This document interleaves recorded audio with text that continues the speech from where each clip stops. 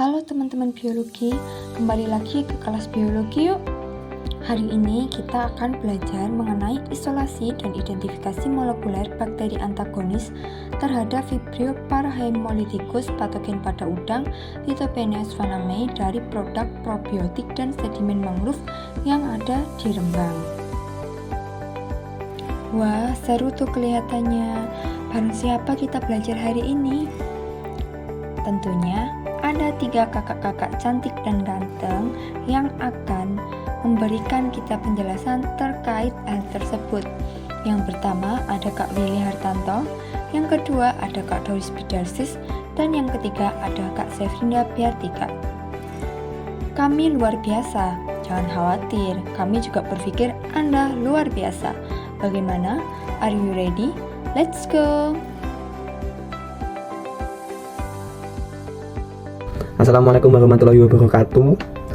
Untuk yang pertama, hasil dari analisis kami, yaitu kami akan membahas rangkuman dari abstrak dan inti dari artikel yang membahas materi itu tadi. Jadi di sini salah satu produk probiotik yang digunakan adalah Super PS. Penelitian ini sendiri bertujuan untuk mendapatkan isolat bakteri produk probiotik yang mampu menekan pertumbuhan bakteri dari Vibrio parahemolyticus itu tadi.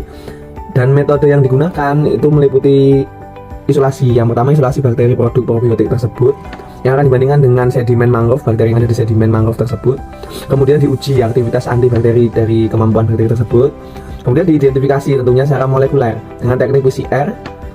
Hasil dari isolasi tersebut ternyata diperoleh 7 isolat dan 11 isolat dari masing-masing tempat yang dilakukan. Satu isolat bakteri yang terpilih berasal dari isolat produk probiotik yang disebut dengan IP7, yang mana isolat tersebut mampu menghambat pertumbuhan Vibrio parahemolyticus dengan diameter zona hambat mencapai 10,84 mm.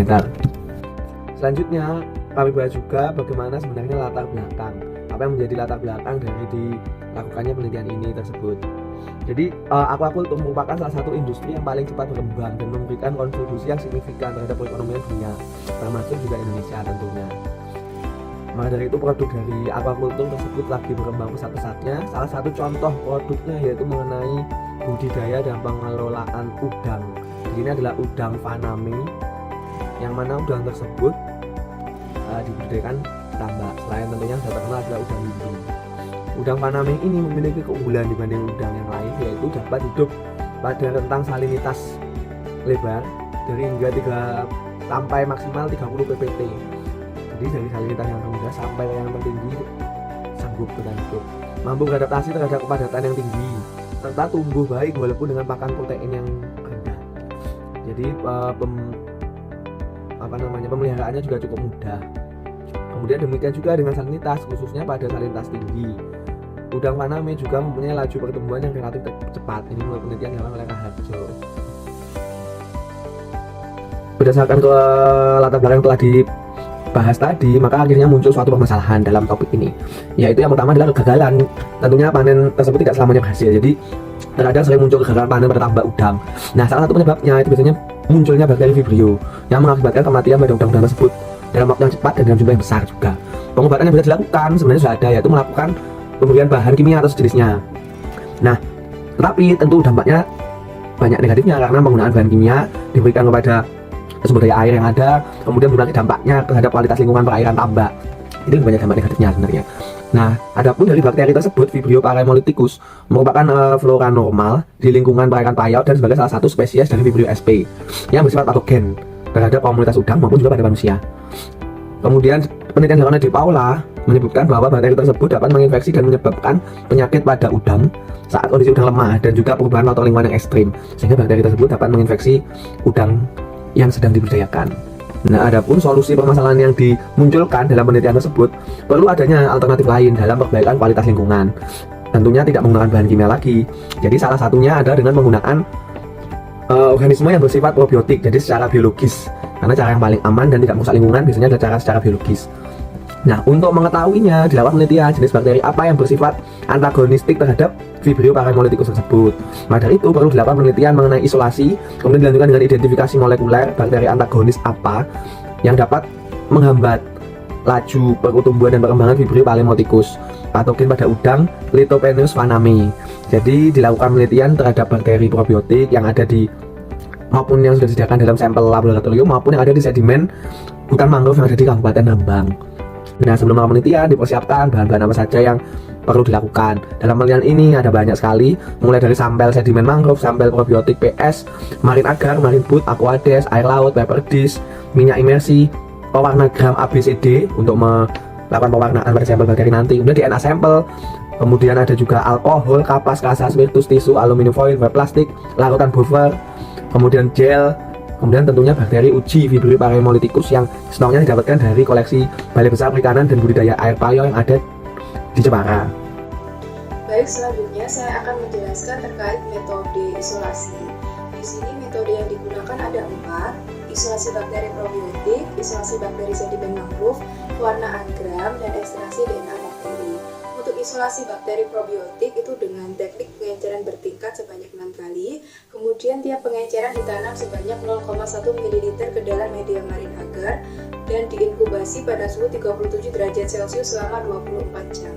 Selanjutnya ditentukan isolat berbeda untuk ditanam pada media marine growth dan diinkubasi kembali selama 24 jam dengan suhu 37 derajat Celcius.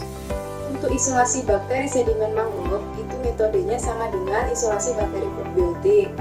Hanya saja tahap selanjutnya itu ditentukan isolat berbeda untuk ditanam pada media marine growth dan diinkubasi kembali selama 24 jam pada suhu 37 derajat Celcius. Untuk pewarnaan gramnya, teknik pewarnaan gram dilakukan dengan memberikan pewarnaan gram A kristal violet, B gold, C alkohol, dan D safranin secara bertahap. Untuk ekstraksi DNA bakteri, ekstraksi DNA total dilakukan dengan menggunakan DNA mini kit. Primer universal yang digunakan yaitu 27M dan 1492R. Teknik PCR dilakukan menggunakan tube microfuse 0,5 ml. Uji antagonistik isolat bakteri probiotik dan sedimen mangrove itu menggunakan metode cakram Kirby-Bauer. Tahap awal yaitu kultur cair Vibrio parahemolyticus dicampurkan dalam media marine agar dengan perbandingan 9:1 secara aseptis dalam laminar airflow untuk mengurangi risiko kontaminasi. Nah, paper dish diletakkan di bagian tengah dari media marine agar yang sudah berisi Vibrio parahemolyticus, ditetesi kultur isolat dari probiotik komersial atau super PS dan sedimen mangrove 15 mikroliter. Kemudian diinkubasi selama 24 hingga 72 jam pada suhu 37 derajat Celcius. Untuk pengukuran dengan zona hambat itu menggunakan jangka sorong dengan ketelitian 0,05 mm dengan pengulangan pengukuran sebanyak 4 kali. Hasil uji lanjutnya untuk daerah hambatan 20 mm atau lebih itu berarti sangat kuat, daerah hambatan 10 hingga 20 mm itu berarti kuat, daerah hambatan 5 hingga 10 mm itu berarti sedang, daerah hambatan 5 mm atau kurang dari 5 mm itu berarti lemah. Untuk analisa sequence yang digunakan atau sequence yang diperoleh dianalisis dengan menyejajarkan urutan nukleotida dengan sequence yang diduga terdapat dalam genbank menggunakan program Mega 6.0. Daerah yang memiliki kesamaan urutan sequence dianalisis kembali menggunakan penyejajaran yang terdapat dalam fasilitas penyejajaran Basic Local Alignment Search Tool atau BLAST untuk menentukan persentase kesamaan pasangan basa dengan isolat referensi yang terdapat di genbank.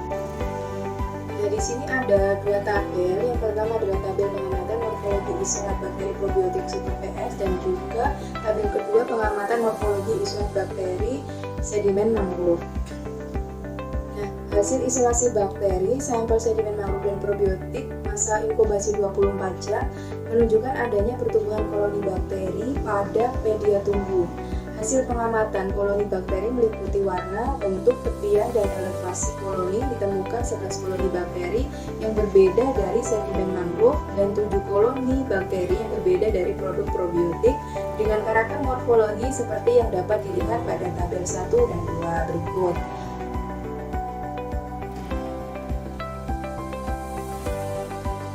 Isolat bakteri berbeda yang didapat dari hasil isolasi sedimen mangrove dan probiotik diseleksi untuk menentukan isolat yang paling berpotensi menekan pertumbuhan bakteri patogen Vibrio parahemolyticus. Tahap seleksi dilakukan dengan melakukan uji antagonistik masing-masing isolat terhadap bakteri uji Vibrio parahemolyticus. Nah, kemudian isolat terpilih merupakan isolat yang memiliki aktivitas penghambatan terbesar, ditandai dengan terbentuknya zona bening di sekitar koloni pada media mering agar yang mengandung bakteri uji Vibrio parahemolyticus. Adanya zona bening membiaskan isolat memiliki kemampuan menghasilkan senyawa antibakteri yang dapat menghambat pertumbuhan bakteri uji. Pada uji antagonistik, hasil penelitian uji antagonistik itu tertinggi pada masa inkubasi 24 jam, 48 jam, dan 72 jam. Ditunjukkan oleh isolat bakteri semi probiotik IP7 dengan rata-rata diameter zona bening 10,84 mm. Sedangkan isolat yang didapatkan dari hasil isolasi sedimen mangrove tidak menunjukkan adanya aktivitas penghambatan. Perhitungan daya hamba dilakukan dengan menggunakan jangka sorong ketelitian 0,05 mm. Hasil uji antagonistik isolat bakteri probiotik IP7 terhadap Vibrio parahemolyticus menunjukkan rata-rata daya hambat 1,49 mm pada masa inkubasi 24 jam dan 2,50 mm pada masa inkubasi 48 jam. Baik teman-teman, di sini selanjutnya saya akan menjelaskan terkait dengan identifikasi secara molekuler isolat IP7 sebagai isolat potensial penghambat pertumbuhan bakteri patogen Vibrio parahemolyticus dilakukan dengan menggunakan teknik PCR. Apa saja tahapnya? Tahap pengujian molekuler diawali dengan melakukan isolasi DNA bakteri menggunakan HIA-AMP DNA minikit, di mana hasil isolasi DNA tersebut diuji secara kuantitatif dan kualitatif untuk mengetahui tingkat kemurniannya. Hasil ekstraksi DNA menunjukkan nilai kemurnian sebesar 2,06 dan konsentrasi 228,3, di mana menurut Sambrook dan Russell 1989, hasil isolasi DNA yang kemurniannya baik memiliki nilai perbandingan A260 per A280 sebesar 1,8 hingga 2,0. Produk PCR selanjutnya dianalisis menggunakan elektroforesis, di mana hasil amplifikasinya menunjukkan 16S rRNA. Diketahui isolat IP7 memiliki panjang DNA sekitar 1500 pph. Hal tersebut sesuai dengan pernyataan Brown 1992 yang menjelaskan bahwa gen 16S rRNA berukuran panjang antara 1500 hingga 1550 pp dan kaya akan basa nitrogen, guanin, dan sitosin. Tahap sequencing produk PCR dilakukan untuk mengetahui urutan basa nukleotida isolat IP7, di mana sequencing DNA adalah proses penentuan urutan basa suatu DNA menggunakan prinsip reaksi polimerisasi DNA secara enzimatis. Hasil analisis sequencing DNA isolat IP7 dengan menggunakan BLAST diperoleh hasil bahwa isolat ini memiliki homologi atau tingkat kemiripan sebesar 92% dengan spesies Licinibacillus sresoliforans strain SC03 yang memiliki max score 287, total score 287, query cover 51% dan e-value 3E77. Pohon filogenik dibuat untuk mengetahui kekerabatan antara isolat IP7 dengan spesies yang diduga memiliki tingkat kemiripan berdasarkan urutan basa nukleotidanya. Dalam hal ini, seperti pada gambar, di sini Bacillus sresoliforans strain SC03. Hasil dari pada pohon filogenetik yang dibuat berdasarkan perbandingan tersebut, sequencing 16S rRNA menunjukkan bahwa tipe galur isolat IP7 lebih dekat dengan Licinibacillus sresoliforans. Licinibacillus sresoliforans adalah bakteri dari golongan gram positif yang memiliki spora berbentuk bulat, termasuk genus dalam famili Bacilliaceae. Licinibacillus sresoliforans mengandung lisin dan aspartat pada dinding sel peptidoglikanya yang didiagnosis sebagai asam amino, berbeda dengan isodiaminopimelic dalam genus Bacillus. Isolat genus bakteri tersebut hasil isolasi dari lingkungan yang mana merupakan kontrol biologis potensial bagi patogen. Hal tersebut menurut penjelasan dari Melnick 2011. Studi dari Guangzhou, China, melaporkan bahwa bakteri Licinibacillus sresoliforans berkemampuan dalam hal biodegradasi substrat M-stresol dan pyridin yang mampu melakukan biodegradasi fenol berdasarkan interaksi substrat M-stresol dan pyridin sebagai substrat tunggal dan ganda. Baik teman-teman, selanjutnya saya akan memberikan kesimpulan pada pembelajaran kita hari ini bahwasanya diperoleh 7 isolat bakteri yang berasal dari produk dan 11 isolat bakteri dari sedimen mangrove, itu yang pertama. Kemudian yang kedua, terdapat 1 isolat bakteri. Ini adalah bakteri terpilih berasal dari hasil isolasi produk probiotik, yaitu isolat IP7 yang mampu menghambat pertumbuhan bakteri Vibrio parahemolyticus dengan rata-rata diameternya diameter zona hambat sebesar 10,84 mm. Kemudian yang ketiga, hasil identifikasi menggunakan sequencance sebesar 16S rRNA menunjukkan bahwa isolat IP7 tersebut memiliki indeks kemiripan sebesar 92% dengan Lysine Bacillus rhizoliforans. Sekian pembelajaran kita hari ini, sampai bertemu di lain waktu.